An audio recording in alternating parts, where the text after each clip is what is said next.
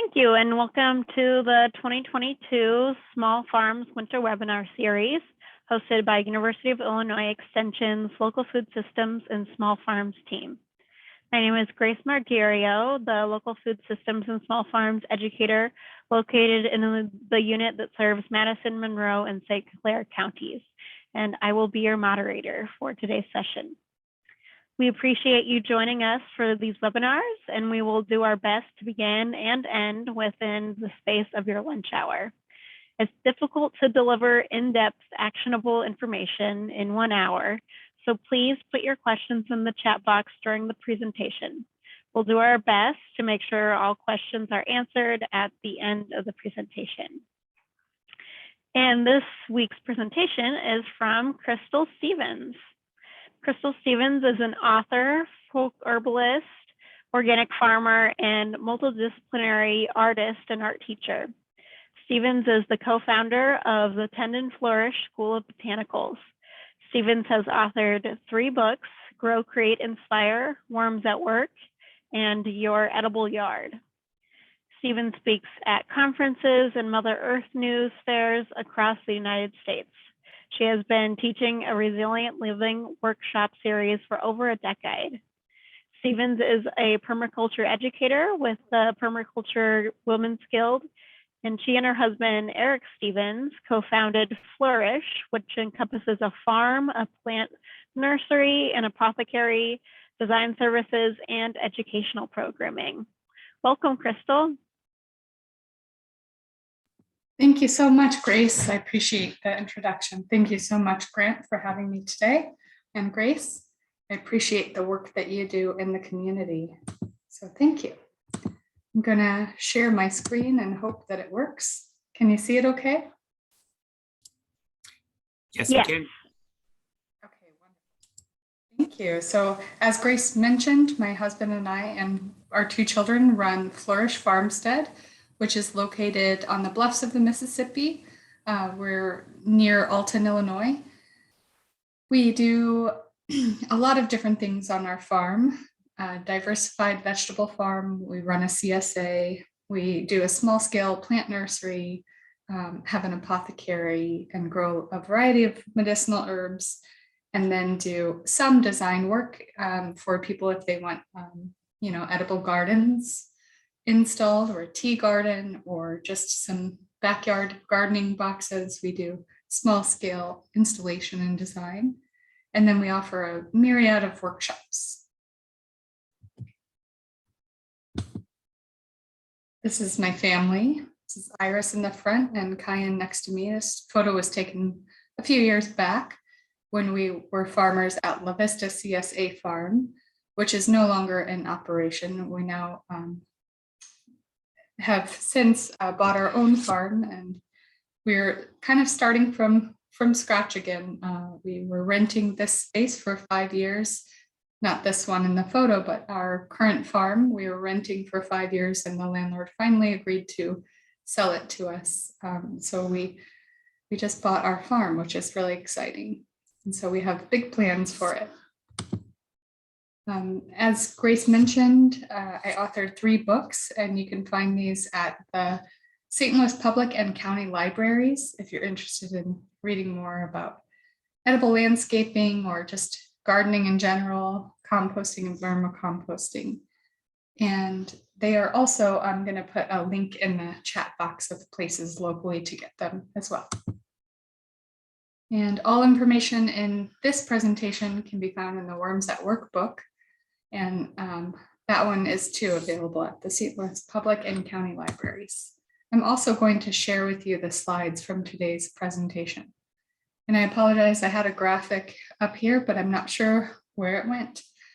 So one of the reasons that we became farmers, and one of the reasons that we farm organically and use regenerative practices, is because we heard about the detriment that was happening to the soil worldwide. It takes 500 years for 1.5 centimeters of topsoil to form under the right conditions. And because of the use of big agricultural equipment, over tillage, big industrial agriculture complex, monocropping, pesticides, herbicides, rainwater runoff from a lot of these things causing erosion, and a multitude of other factors such as deforestation and large-scale cattle ranching, and just depleting the natural resources, specifically old growth forests. There's been some significant soil loss, and it's devastating to think about. But there are people doing the work to, try and reverse that. It's not going to be reversed overnight. It's going to be a long process, but it is imperative for the future of the environment, for our grandchildren, great-grandchildren. I heard a quote recently that there's only 80 harvests left, 80 years of harvests based on the current agricultural practices. And so that's very scary. It's up to us as backyard gardeners, small farmers, purveyors of local foods, people who support the local food systems to really band together during this climate crisis and soil crisis to figure out positive solutions. And one is composting and vermicomposting and adding organic matter. So that's kind of what I'm here to talk about. And that's the only doom and gloom thing I'll say today. So the rest will be optimistic, I promise. So building healthy soil is the key to having optimal health in any garden setting. And building the soil's so-called immune system, obviously the soil doesn't have an actual immune system, but for lack of better terms, to help fight off unwanted diseases or pests. So boosting the soil's health is going to significantly boost the health of the crops that you grow or the health of the environment around your farm. And permaculturalist Erin Jared describes bacteria as the smallest but most abundant member of the soil food web, often feared but essential, whether directly or indirectly, for the survival of almost all living things on Earth, organisms on Earth. So just beneath our feet, when we step outside, there's this symphony orchestra happening on a microscopic level, and it's really amazing to see in a microscope if you haven't had that opportunity. In a tablespoon of healthy soil, there's more microorganisms than there are people on the planet. So if you've ever had that opportunity to look at really healthy soil under a microscope, you'll find just this wonderful array of bacteria and protozoa and fungus and all of these insects and arthropods and all of these different things that have such a really profound system or role that they play in the system of the soil. So it's a really miraculous thing to be aware of. And you can do further research on that, or take a soil science class, or Dr. Elaine Ingham has some really amazing videos on YouTube that show soil under a microscope, and she has a soils class that you can take to become someone who is an expert in soil health and tries to, bring that message to surrounding local farmers. And a lot of the farmers already know it, but not the big ag farms. So we like to say that nature is a good model to follow. If you really want to amp up your soil health, look at the forest floor. Nature is an excellent model to follow. So if you've ever been on a hike and stopped in your tracks and looked at the beauty of the soil beneath your feet, you'll realize that it's this rich, dark earth composed of detritus material, fallen leaves, twigs, stems. If you pick up a scoop of it, you'll notice that it looks like black gold, the stuff that you would get in a landscape nursery. That's the $30 bag of tiny bag of soil. And that's what the forest is doing every day. It's creating this beautiful, amazing, nutrient-rich soil. No one had to ever go out and fertilize an old growth forest or a forest. It's happening organically and often. So all of the leaves and stems and branches and twigs are falling to the forest floor and decomposing, and then the mycorrhizal fungi comes and takes over that area, and all of the bacteria and protozoa and nematodes are working simultaneously to break down organic matter. And so you'll see this when you walk through the forest, and not many other places where you see this amount of organic material as concentrated as the forest floor. So we like to strive to obtain those rich qualities by mimicking them in the layers in our garden and in our own garden soil and our compost bins and our vermicompost bins. So just taking nature as inspiration. And of course, compost, in my opinion, is a gardener's most valuable resource, especially if it's a good, healthy, nutrient-rich, aerobic, wonderful compost. The quality soil is most vital aspect of growing organically. A healthy living soil is the key to vigorous and healthy plants. And then compost, vermicompost, and other organic soil additions can add nutrients to your soil, improving plant vitality. So we really believe in the power of compost and vermicompost. And in our opinion, ideal gardens would be composed of the same things that you see on a forest floor. This one's a little out of hand and a little wild. It's, at the heat of the season, the peak of the season, we kind of let our compost go. Once we're done sifting and scooping it out, this was when we were at La Vista, and we had 200 members that would drop off their food scraps. So every week they would drop off their food scraps. And oftentimes it's some of the most healthy soil on the farm, and all kinds of things grow out of the compost bin. Now, what looks like a jungle to the left is actually comfrey. It's intentionally planted. Comfrey is a dynamic accumulator. So it is a chop and drop plant. What I mean by dynamic accumulator is that it has these thick, deep tap roots, and it draws nutrients up from the soil and brings it into its leaves and makes it bioavailable for other plants as a fertilizer. So what we do is let comfrey grow up really tall, and then we drop it or chop it and drop it right in place to build healthy soil that way, or fertilize fruit trees with it just by dropping and adding a mulch layer around each fruit tree. So it's a really wonderful, nutrient rich. It's also a topical medicinal plant as well, but it's called like a permaculture darling in the permaculture world. It definitely has a wonderful place in many people's hearts. So this is comfrey, Symphytum officinale, and it is one of our favorites. Additional things to add to comfrey is you can grow a row of it and then mow it down, and that bed that you're mowing it down in could be really a beneficial bed to plant in the following year. You'll have to divide out your comfreys, and they do kind of spread via the rhizomes, but it's just a wonderful plant to have in a garden setting. You just have to be careful because it will take over a little bit, but we always put it right next to our compost, so comfrey. And I'm sure that everyone in this webinar today can agree that healthy soil equals higher yields. The more nutrients you put into something, the more nutrients you're going to get out of it.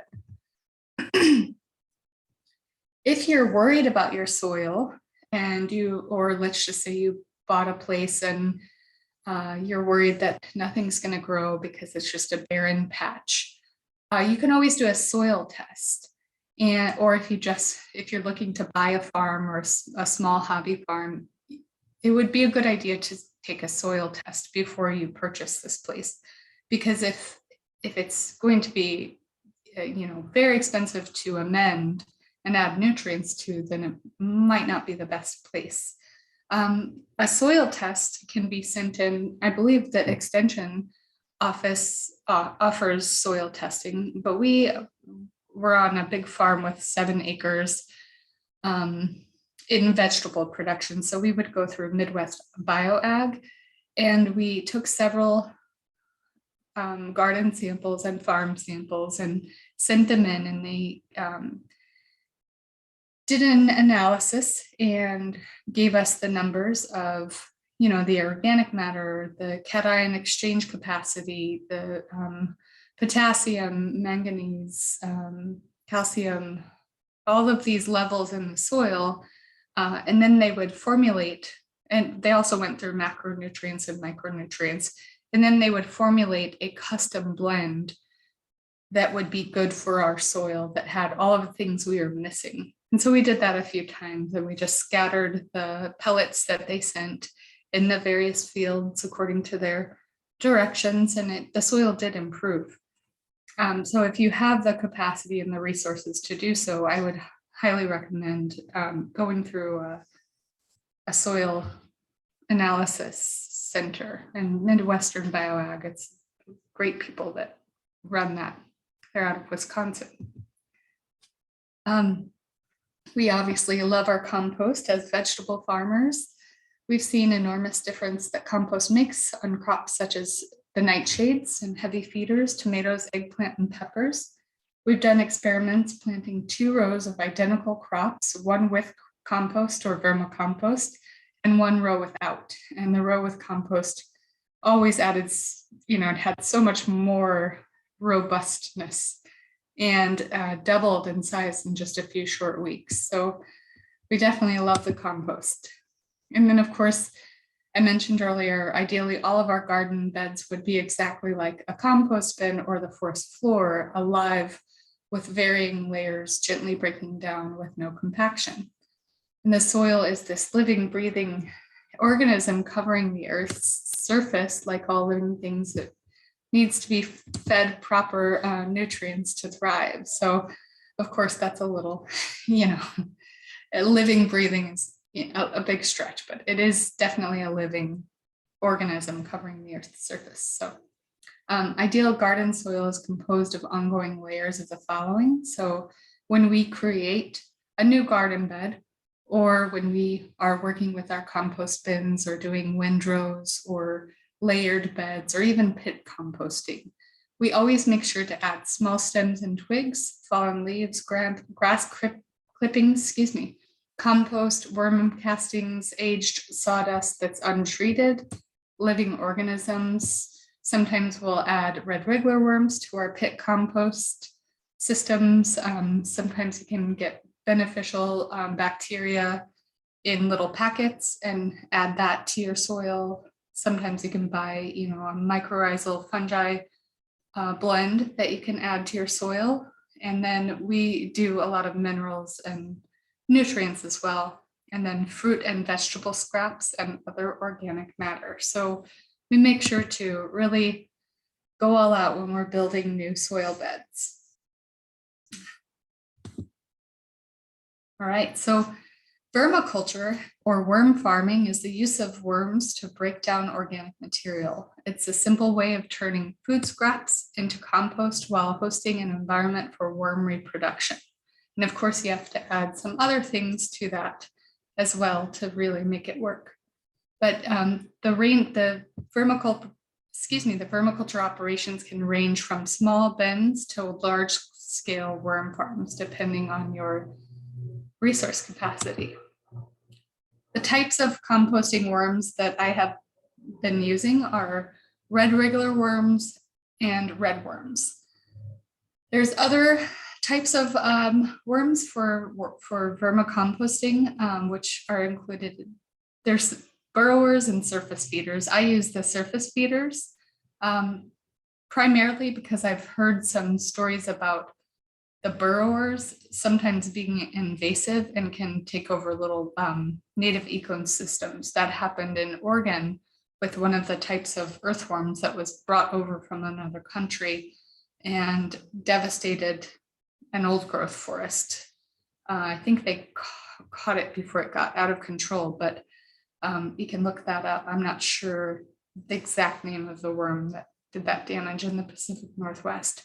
So I tend to only use surface feeders. My go-to worms for composting, for vermicomposting, are red wriggler worms. I have used red worms as well that you can buy at a local bait shop, but the red wrigglers are just amazing composters. And there's some information from the College of Agriculture, Food, and Natural Resources through the University of Missouri. And it just kind of talks about the different species of worms, and not all of them are good composters. The surface feeders or top feeders spend their time at the surface of the soil and are great for breaking down leftover vegetables, coffee grounds, paper, and other food waste. And they often prefer moldy, rotten matter. Not always. And then burrowers, on the other hand, make channels that loosen up the soil for plant roots and allow air and water to filter through the ground. Besides being great decomposers, is what comes out of the worm that is most beneficial, which are the worm castings. Their digestive systems can deal with the bad microbes that can affect us and then secrete the worm castings that include beneficial compounds for plants. And that's from State Extension Specialist, Mr. Johnson of Lincoln University, who spoke about the vermicomposting and tea at one of the organic field days. And Johnson recommends using red wriggler worms as top feeders and regular earthworms or Canadian night crawlers as a burrower. I've only had experience with the European night crawlers, and I use those for pit composting right in the garden beds, which they work really great for. But for my vermicompost outdoor bins, I use red wriggler worms. Here's a list of places that where you can get worms. Our first set of worms came from Uncle Jim's Worm Farm online. I told my son a little present came in the mail for him, and he was so excited. He thought he was getting Legos, but he opened up the box and it was a bag of worms. And so he was about 4 or 5 years old then. And he actually quickly learned to love those worms and took good care of them. And they developed into, hundreds of thousands of worms throughout the course of 7 years. So we did spread some across the fields when we left and took some with us and gave a lot of away when we left the farm we used to work at. But we still have that original batch that's the offspring of that batch many, many times over, and they're still thriving from a $30 mail order back in 2010. So they really do work wonders in the garden. You can also get them at local plant nurseries, bait shops. Just make sure that it's red worms or red wriggler worms if you go to bait shops. Some of the ones are imported overseas and maybe invasive if they are earthworms. So avoid getting earthworms from the bait shops just because you don't know what species they are, but night crawlers should be fine, and red worms or red wriggler worms. Another place to access worms is possibly some of your gardening friends who might already have a worm bin set up. Gardening clubs or community gardens. Sometimes I have seen worms in little paper bags at seed swaps. It's very rare, but sometimes I do see that. And then farm stores and feed stores are other places you can get the worms. This is an adult red worm, and it has the, the cilia, which help it to move, the little hair-like segments on the bottom. It has the big segments throughout its body, and then the clitellum, where it exchanges the secretions with other worms and forms the cocoon on that hard layer, and then it has its mouth. Here's an interesting fact is that worms have 5 hearts. They don't really function like human hearts, but they do have 5 of them, which is really a cool fact to share with kids. And here's more of the anatomy of a worm. See things in detail.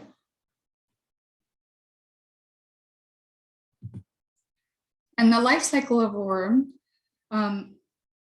Worms join, I mentioned, by mucus ring exchange sperm, and then the mucus ring passes over the head of the worm as it hardens into a cocoon. Each worm can mate and lay an egg every 7 to 10 days. Egg fertilization takes place in the cocoon after being released, and then worms take about 3 months to become an adult. Baby worms hatch from one end of the cocoon in about 3 weeks. So with optimal conditions, red worms can double their population every 90 days, which is definitely what ours did. And that's each worm can double their population every 90 days. So you can do the math and figure out how many worms you'll need to get purchased when you first get started. Not many. And the optimal conditions I'll talk about in a little bit are temperature, moisture level, and food availability, also the bedding conditions. Just some cute pictures of the red wriggler worms. And those tiny, I'm not sure if you can see my mouse cursor, but the tiny little things that look like balls on the left side, those are actually the worm cocoons that house the 3 to 6 baby worms in them. So you can see several throughout the soil. Those are the cocoons when they're coming off of their clitellum, and there's a tiny little baby worm right in front. Baby worms are adorable. And this is what it looks like once they really start to populate, and once it gives you a strong indication that your castings are ready to sift. And I'll go into sifting methods here in a little bit. They are really beautiful, beautiful creatures, in my opinion. They have such vibrant colors to them. Here's my kids weeding and then about to spread worm castings on the strawberries when we were working in a different community garden. And then the vermicompost contains worm castings, partially decomposed organic materials, and organic waste with recognizable fragments of plants, food, and detritus materials. Vermicompost is rich in nitrogen, phosphorus, and potassium, and contains macronutrients and micronutrients to benefit plant health and stimulate plant and root growth. When you apply vermicompost, rich minerals are added back into the soil.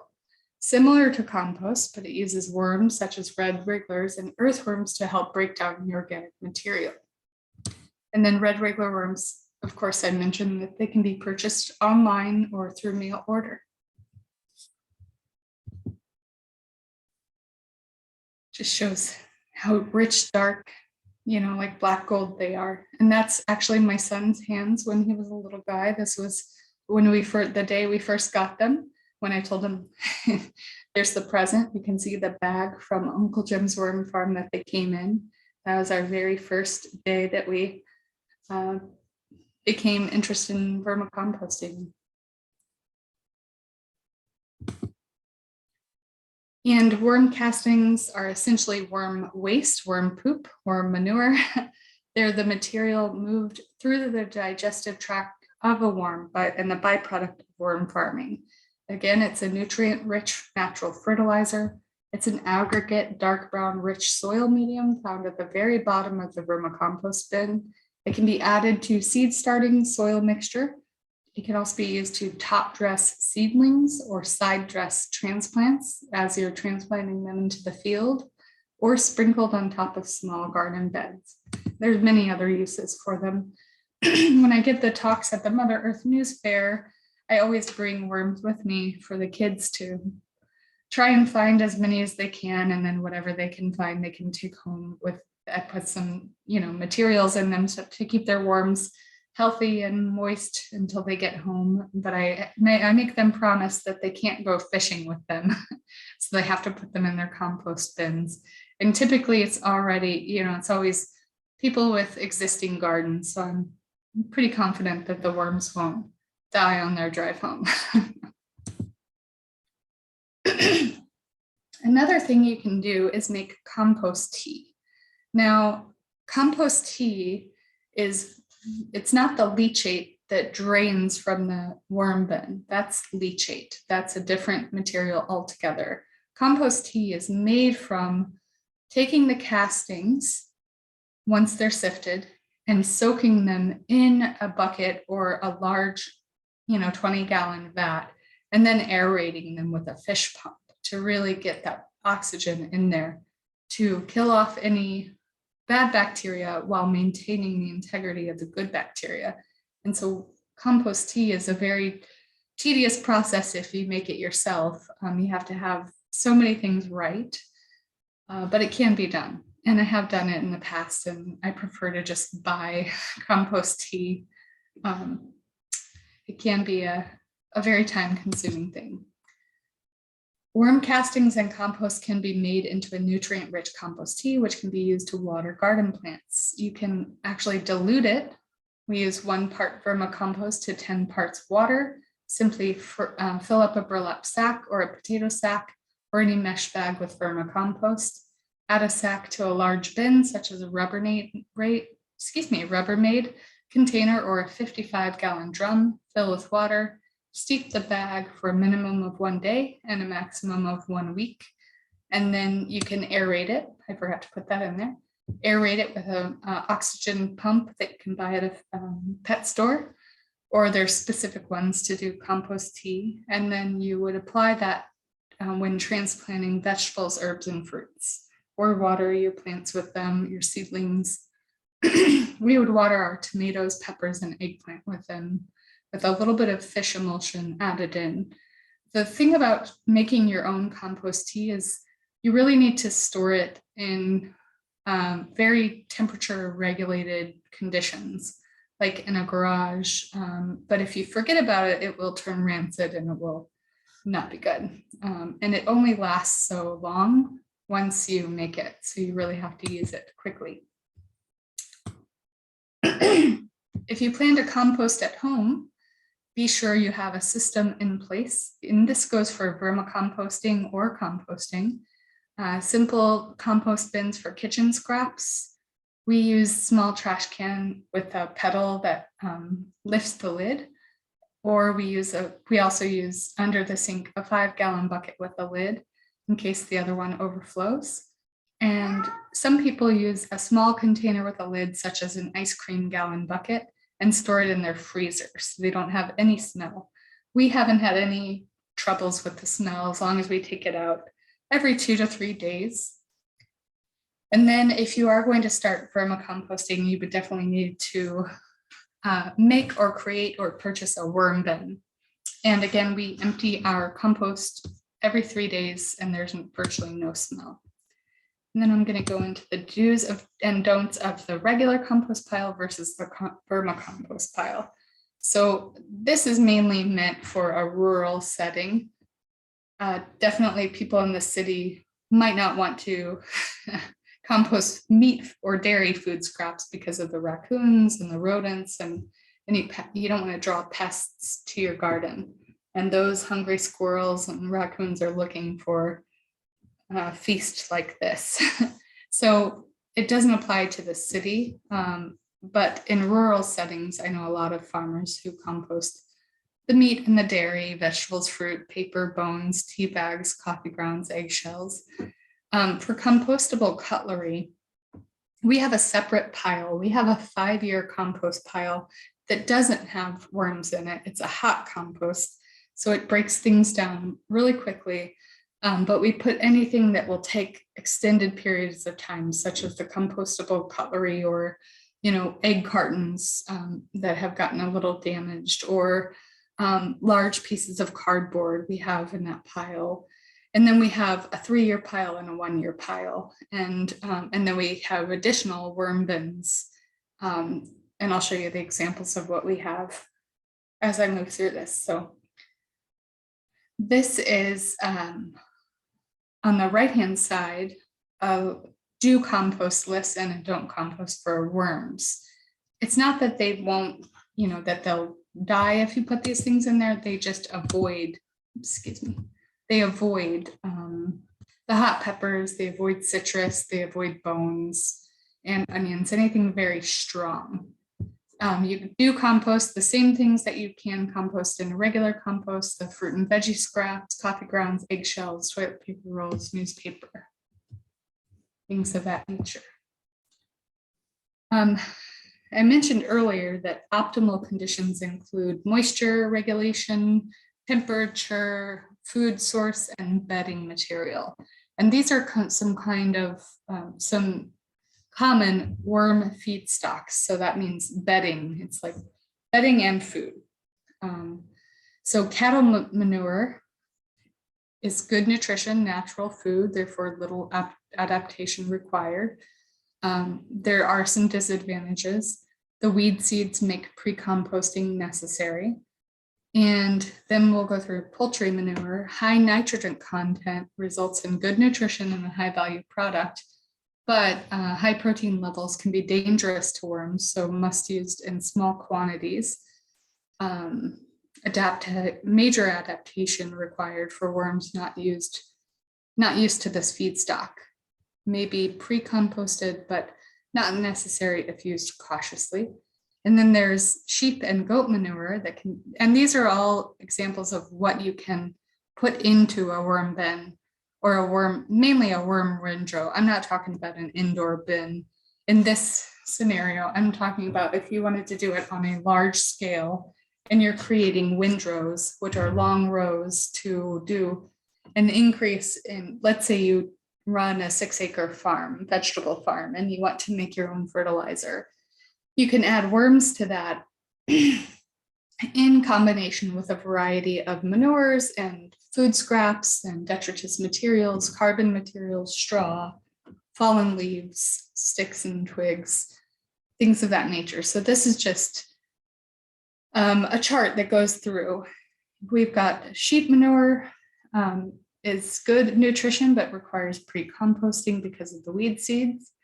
Hog manure is good nutrition, produces excellent vermicompost, usually in liquid form, so therefore must be dewatered or used with large quantities of highly absorbent bedding like straw or chip mulch is a good one.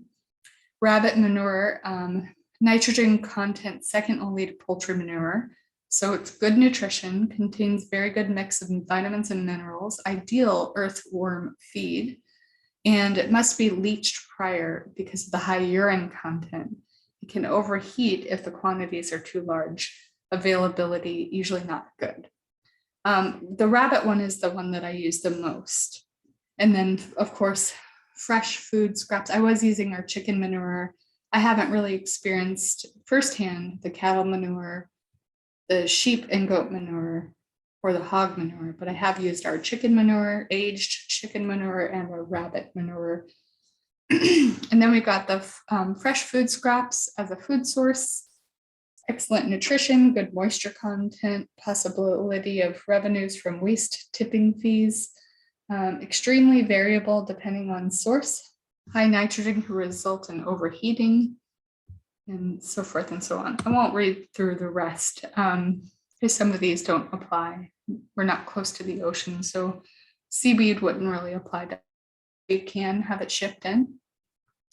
But I am going to give you a PDF of this, so feel free to read through all of these charts. And then it gives you kind of a breakdown of the different things that are good and the carbon to nitrogen ratio, which is good. So the carbon to nitrogen ratio should be 25 to 1, from 25 to 1 to 30 to 1. And the 25 is the carbon, the 1 would be the nitrogen. You need more browns than greens. And your browns are going to be cardboard, straw, chip mulch, fallen leaves, sticks and twigs. And your greens are going to be manure sources, food scraps, grass clippings, anything that's kind of still alive. And this is a home worm bin, though I simply do not advise doing this method. I have had way better luck outside.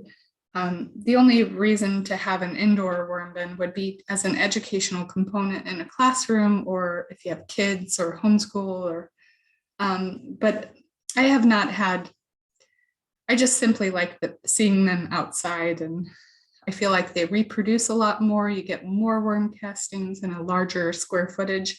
I also think that these bins are too confining for them. I think because they double their population every 90 days, they really need a lot of cubic feet. And the tabletop worm farms are just not enough square footage for them, in my opinion.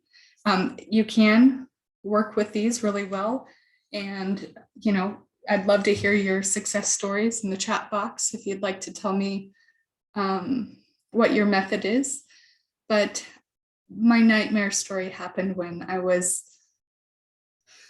was one of our first years that we were vermicomposting, and I got so scared that my worms were going to die that first year that I brought them all in. I bought all these worm bins, just the Rubbermaid containers. I did all of the drilling the holes and filling it with adequate food and bedding and moisture.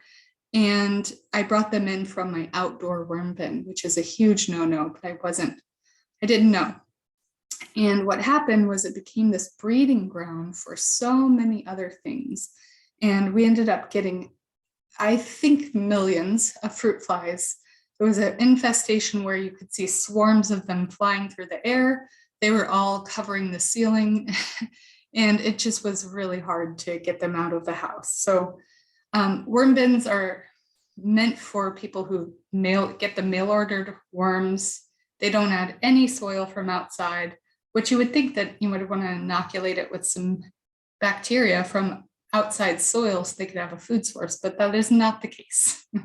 So if you want to do a worm bin successfully, you'll need to set up the food and bedding in a sterilized soil and do the food scraps. Make sure the food scraps are washed, like the fruits and vegetables are washed, because if you take them right from the garden and don't wash them, they could have some of those bacteria and unwelcome insects that come in and take over. I just find them to be a breeding ground for things that you might not want in your house.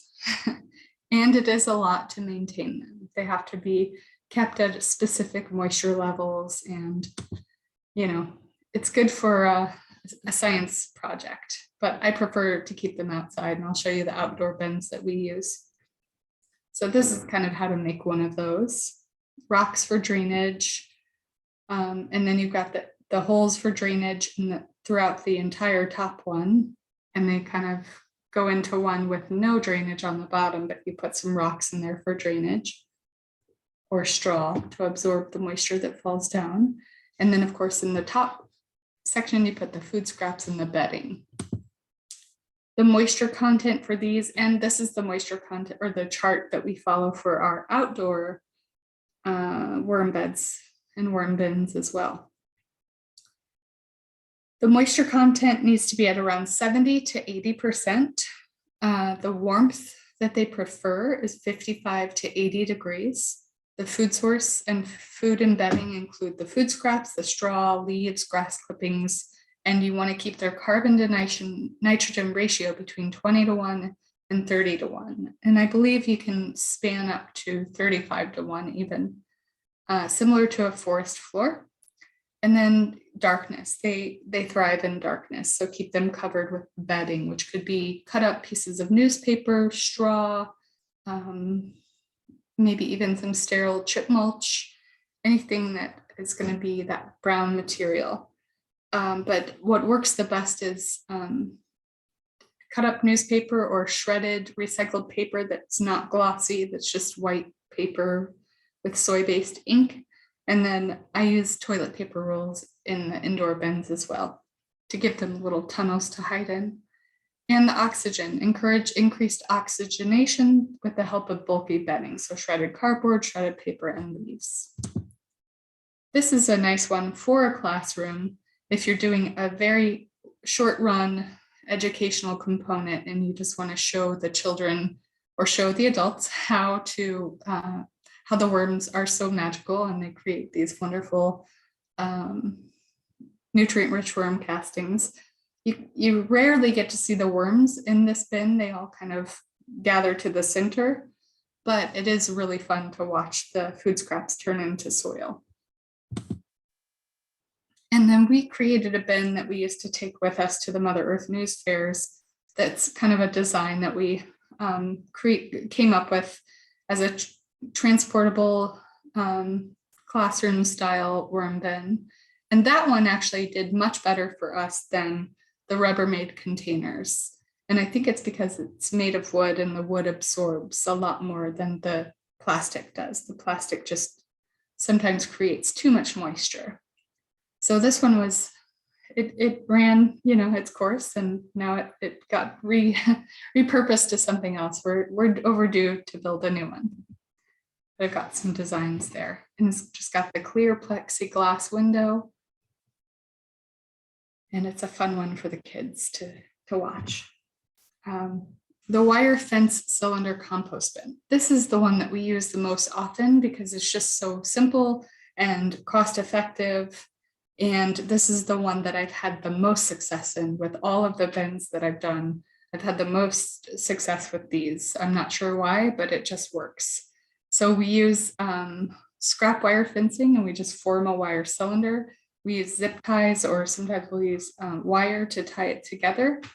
And we just add detritus materials and compost, food scraps and vegetable scraps, and then add a layer of bedding, and then we put the worms in there, and then we keep adding all of those layers of detritus materials. And by the end of one season, the whole thing is full of worm castings at the bottom. You might have to scrape off a layer of the compost, but we follow the 25:1 ratio in these, where it's 25 carbonous materials to 1 nitrogen. There's also these, which I've had just about equal success with. The trouble is they're not as easy to move and dismantle. So that's why I like the wire cylinders better, because you can just lift it up and have a ready to go garden bed the following spring. And imagine if you had, 6 or 12 of these all around your yard. By the next spring, you'll be ready to plant in all these various beds. And you just lift up the wire fence cylinder bin, and it all falls into a nice little circle. So that's why we like those. They're easy to move. The kids can move them. They're just great. But these are also great. If you go with the pallet system, you would want to make sure the pallet has the stamp HT. That means heat treated versus formaldehyde treated. So if you do go to a place where they're giving out free pallets, just make sure to look for the stamp that says HT. And you can hold those upright with a wire, a piece of wire, baling wire, and some wire snips. And they form together really nicely. Or you can, get a drill and some screws, some outdoor deck screws that are about 2.5 inch, and fasten it together that way as well. This one is a very similar situation where it's just 4 pallets together, and the bottom on both of these is open. So there's not a 5th pallet on the bottom, it's just open to the ground. And so we built one with a trap door, and that is very handy when you're harvesting worm castings, because you do it where it's wide enough to have a spade or a shovel be able to fit in there and pull out the worm castings. And that makes it really nice. I do like this variety a lot as well. For each of these bin designs, you place the area and you place the bin in an area of your yard where you will keep it permanently, or with the wire fence cylinder, you don't have to keep it there permanently. And then of course you want one of the ends open on the bottom directly to the soil. To best activate the composting process, fill the empty bin all the way with leaves, grass clippings, straw, other organic matter. You can do chip mulch, small sticks and twigs. And then you may begin adding kitchen scraps such as vegetables and peels, fruits and peels, eggshells, coffee grounds, etc. You avoid meat, dairy, and oil and citrus, and also hot peppers for the vermicompost bin, and then turn it regularly with a pitchfork to speed up the process. But you would want to do that before you add the worms. So I don't turn my bins with worms because I'm afraid of hurting them or killing them with a pitchfork. They don't need the turning like a regular hot compost does. They are doing all the work for you. So they're the surface feeders that are constantly, at the top doing their thing. So I don't turn my worm bins, but we do turn our 5-year bin and our 3-year hot bin, all of our piles rather, we just keep piles. And then during dry spells, you might need to add water to your compost bin. Here's some other little simple, well, that's not so simple, it's very complex, made with fallen branches, willow in particular, or bamboo. So if you have an Eagle Scout and they're looking for a tedious project, this would be a good one. Some people just don't like to buy or, use things in the manufacturing world, and this would be for them. You can also do a worm bin attached to a grow box. And so you would have your vermicompost bin made out of the pallets, but then you can attach a grow box.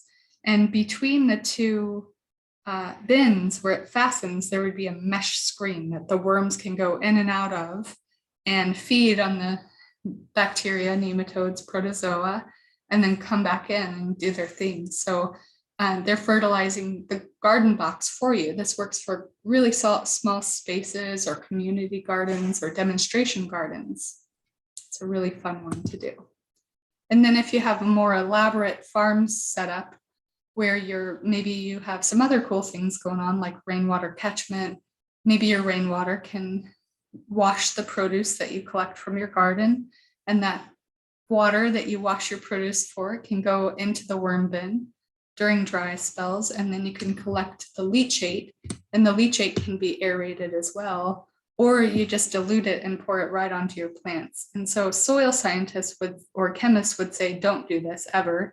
But I have a friend, Kathy Adams out of Missouri, that she has been doing this for 30 plus years, where she just dilutes the leachate, the water that comes out of the vermicompost bin, and she has 12-foot tall tomato plants. So she's had great luck and no troubles with this method. And this is also the method she uses, a stacking bin system. And she collects the leachate and dilutes it and waters all of her plants with it. Here's something fun for if you have raised bed gardens, or if you have a school garden or community garden, you can do pit composting or these worm towers. Pit composting is where you just dig a little ditch and compost right in the ditch. This method is called the worm tower, and you can get PVC piping. Some people don't like to use plastic in their soil, so you could make friends with a potter or ceramicist who can make you one of these out of clay. Glazed clay would probably do well, or you can just take a heavy duty cardboard tube and drill holes in it also, like one of the mailer tubes would probably work well for this, the big ones. Or you can be clever and make your own with wood or whatever you wanted. So this is great for school gardens that are unable to compost due to regulations. Maybe they're in the city and the principal doesn't want rodents attracted to the schoolyard. This is a clever little sneaky way to also compost, but have it be something that's not going to be as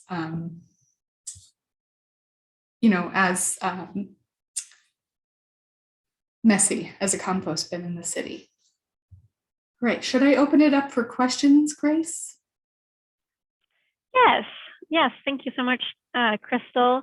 And yeah, perfect timing. So yeah, thank you for the presentation. I love all of the beautiful visuals in it as well. And congrats on buying your farm. That's exciting. And Grant is also just sending out a demographics poll. This is anonymous and voluntary, but it does help with our reporting as a extension agency. So we would appreciate if you could fill it out. So we had quite a few questions, and I know a lot of people had conversation about soil testing and posted a lot of resources for that. So that's great. In the trials that you mentioned before, Crystal, where you had one bed with compost and one with not, did you incorporate the compost into the topsoil, or did you just add it to the top of the soil? So I actually side dressed the plants in while they were in the greenhouse. And then we used back then, we used a water wheel transplanter, and we would put a scoop of vermicompost next to every plant as we planted. So that was kind of our method. And then with the water wheel transplanter, we put vermicompost and let it sit overnight in the water that we used. And as the plants, as the water wheel transplanter made a hole, it also watered in the plants. So we used a combination of the worm tea and and it got aerated as the tractor was driving, so we didn't have to aerate it. But that was our method. But you can sprinkle it on this seedling mix. You can do a ditch and put it in the ditch and then plant however you want, or sprinkle it on the top. Great, thank you for that additional information. Do you recommend having both red wigglers and night crawlers in the same bin, for example, in a 10-gallon bin? No, I would recommend just using the red wrigglers. So again, the night crawlers are going to be for burrowing. So they're not going to have enough space to burrow in a 10-gallon closed bin. Now, if it's underground, if it's exposed to the ground, like an outdoor bin, that would be fine. But for an indoor bin, just red wrigglers would be my suggestion. Okay, great. I have a couple questions about different pests getting into compost bins. So one person was asking about moles and voles, which I guess in that person's experience eat all of the worms. But then also things like raccoons. Do you have any suggestions for keeping wildlife out of your worm bins or coexisting better? With the worms, with the moles and the voles, I would say get a kitty or a dog. That would be my only suggestion, because we are battling that ourselves, and it is really intense to face mole and vole pressure. And our only glimmer of hope has been to have our dogs and our cats be hunters. If you're unable to do that, I would suggest putting a fine mesh screen, like a hardware cloth, underneath your worm bin outside. That way they can't dig up into it and eat the worms. And then you would probably have to cover the whole thing with that hardware cloth and make sure it's enough of a fine mesh that they can't burrow through it or gnaw through it. There are some really thick metals that you can get. That would be my only suggestion. Then for raccoons, you could do the same thing, a hardware cloth all the way around it, around the pallets, and then a piece of plywood with a cinder block on top to keep them out of it.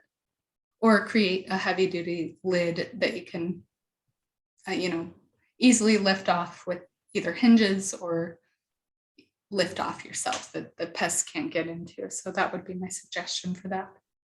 Okay. Without any soil testing, do you have an idea of the NPK values of worm castings and other nutrients? That's the specific values of NPK?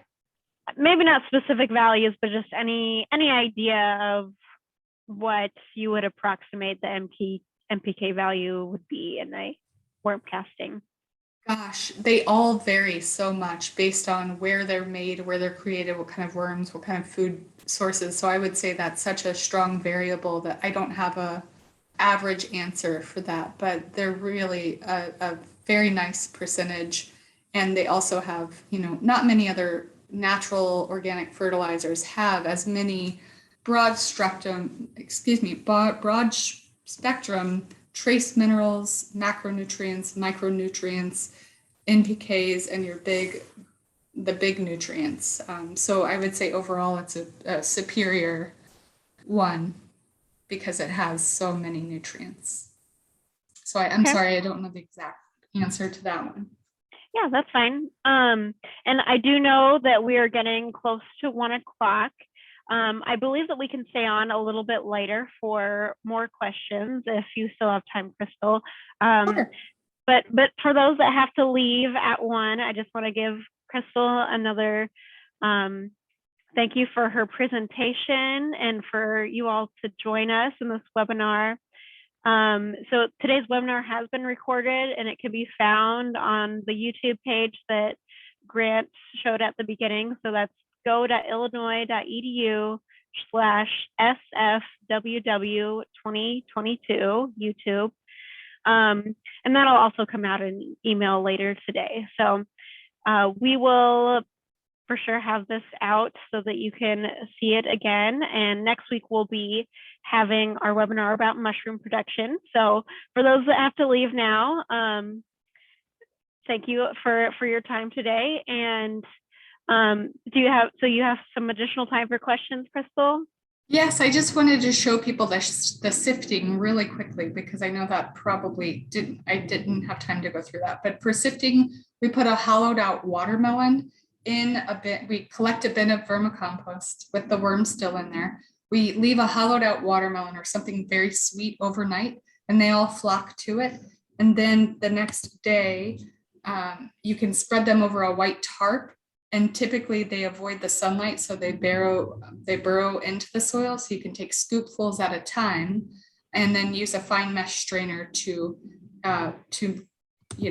strain it. You can go a step further by getting one of these sifting, making or finding a compost sifter. So and that's a finished vermicompost of a huge run that we did. So I just wanted to share those few last slides. Sorry. Yeah, thank you. And someone did mention that we didn't discuss the screening or sifting part. So I'm sure that is helpful. There were a few questions about food safety restrictions around vermicomposting. So using the castings and the compost tea. Do you, Crystal, know anything about the legality or safety under like the produce safety rule, the Food Safety Modernization Act, using these different kinds of methods? Gosh, I do not. I am such a small scale farmer that I'm not GAP certified because at our scale, you don't have to be. So I don't have that answer. I apologize, but I'm sure that if you go onto the Food Safety Modernization Act website, that they would probably have resources or at least an email of someone you could reach out to. Okay, great. Yeah, and it looks like Grant just posted another resource. And I know someone had one that they posted earlier from USDA about it used in organic practices, a little bit different than food safety, but it looks like we do have some resources to answer those questions if anyone has them. So with the red wigglers, do you like to start them inside before you put them in an outside compost bin? Or is it okay to just put them directly in an outdoor compost bin? If you buy them in the winter, I would get them started indoors. But again, don't add any outdoor material to that bin like I mistakenly did years ago. If you order them in the spring, I would go ahead and get them acclimated right away to your outdoor bin. So I would say it depends on if you order them in the fall, you might want to consider either heavily insulating your outdoor bin with straw. That's another thing I didn't get to discuss. For the winter months, or if I know there's going to be ice and frozen conditions, I insulate them completely with straw bales stacked all around the bins, or on my windrows, the long rows that I have back in the woods. I have, big long rows, and then they're all covered with leaf mulch and chip mulch and straw for the winter. So yeah, that was going to be my next question, is what you do with the worms outside in freezing temperatures. So you just never let it get freezing necessarily inside of that compost bin? Well, even if the temperature, so I've taken an internal temperature of a compost bin before when it was like 5 degrees outside, and it maintains a temperature of over 50 sometimes because it has all that organic matter. And compost stays way warmer than the air temperature and the soil temperature because there's so much going on, and decomposition itself is happening in there. So the compost bin rarely ever freezes, especially when I put the bales of straw all around it. All right, great. Well, I'm going to wrap up questions now since we're 5 after. And again, I'd like to thank you, Crystal, for your wonderful presentation on vermicomposting. And for those of us that were here and joining us and sharing resources in the chat, that's all very helpful. I hope you got some information that will help you in your small farm endeavors, hopefully even something you can put in place this winter or spring. Thank you so much. Yeah, thank you, Crystal. And again, the webinar has been recorded and it can be found on our YouTube site. Yeah, the link has been shared in all the emails. We hope to have today's recording on that playlist by tomorrow afternoon. So with that, have a great day and we will see you next week for mushroom production. Thank you. Thanks, everyone. I appreciate your nice comments. Thank you.